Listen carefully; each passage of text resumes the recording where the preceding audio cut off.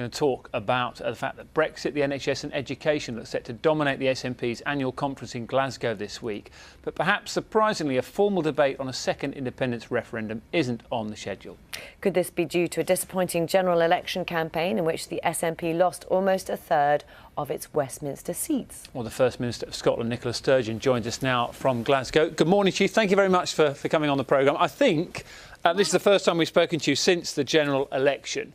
So perhaps we could start sort of broadly by talking about the popularity of Jeremy Corbyn, the sort of rising profile of Ruth Davidson and the success that the Conservatives have been enjoying in Scotland. Do you think, with that in mind, that 2015, that general election result, is almost as good as it's going to get for the SNP?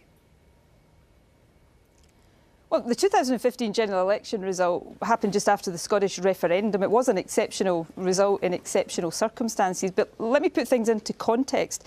You know, the most recent opinion poll in Scotland has the SNP 17 points ahead of our nearest rivals, so way out in front of either the Labour Party or the Conservative Party. The Conservatives have actually slipped back into third place in the polls in Scotland, having come second in the last two elections. And in a Westminster sense, you know, yes, the 2015 result was exceptional, but let's look at our performance in the broad sweep. When I became SNP leader just under 3 years ago, the SNP had 6 MPs in the House of Commons.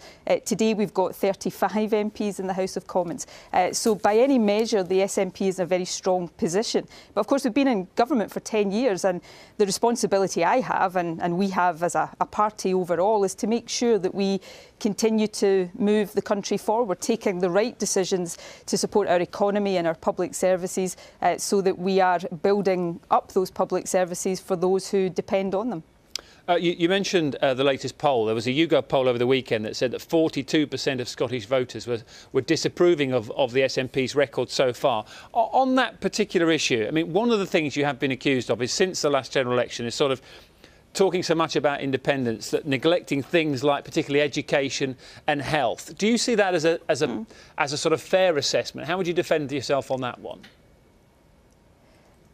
I don't think it's fair. I mean, I can understand why some people would say that, but I don't think the evidence stacks that up. I mean, take health, for example.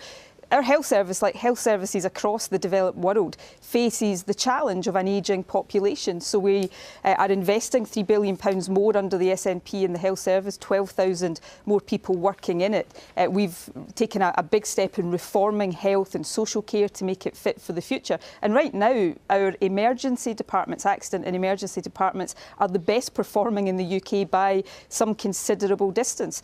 In education, I've said very clearly we've got work to do to close the attainment gap. But, you know, here in Glasgow, the city I'm in this morning, 10 years ago when we took office, 12% of young people left school with 3 hires, our equivalent of A-levels. Today, that number is 30% and rising. We have a record number of young people going to university, including a record number of young people from our most deprived communities. So we've got challenges, like governments everywhere have challenges. We've got work to do.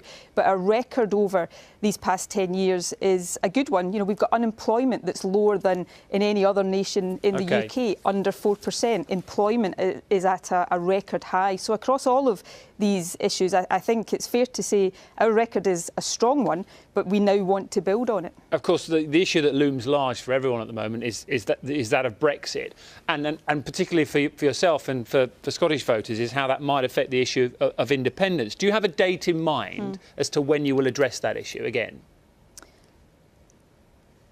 Well, we've got a mandate to give people a choice within this Scottish Parliament, but equally I have recognised, and this was clear to me during the general election, that with all of the uncertainty caused by Brexit, people aren't quite ready to set a date for making another big decision. So I've said I won't consider further the issue of timing or a date until we've got more clarity around Brexit. And, you know, later next year, hopefully, we will start to see some of that clarity emerge. So that's a time when we can look again at that issue in light of the circumstances at the time. Can I ask but of course, that doesn't mean we don't continue to make the case for Scotland being independent right now, because as we see the chaos that's engulfing the UK and this, you know, damaging Brexit that looms ahead of us, I think the case for Scotland being more in charge of our own future, more in charge of the decisions that shape that future, is growing stronger by the day. On that issue, do you obviously you've been looking closely at what's been happening in Catalonia and Spain in the last few days and weeks.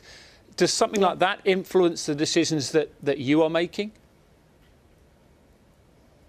No, Catalonia is not Scotland. Scotland is not Catalonia, and obviously all of us watch what's happening in Catalonia with interest. I think the scenes of violence we saw last Sunday were shocking and appalling and should be condemned by everyone, and I certainly hope now we see a process of dialogue in Catalonia to replace the confrontation that we've seen up until now, so that a way forward can be found that respects the rule of law, respects democracy, but also allows people in Catalonia to choose their own future. But the situation in Catalonia and the situation in Scotland, of course, are different. We're two different countries, and different circumstances will determine our futures.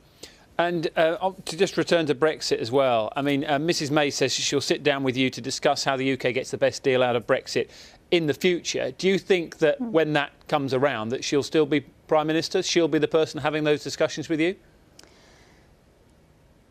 I don't know is the honest answer to that. I work on the basis that she will be, but that's not something I am in control of.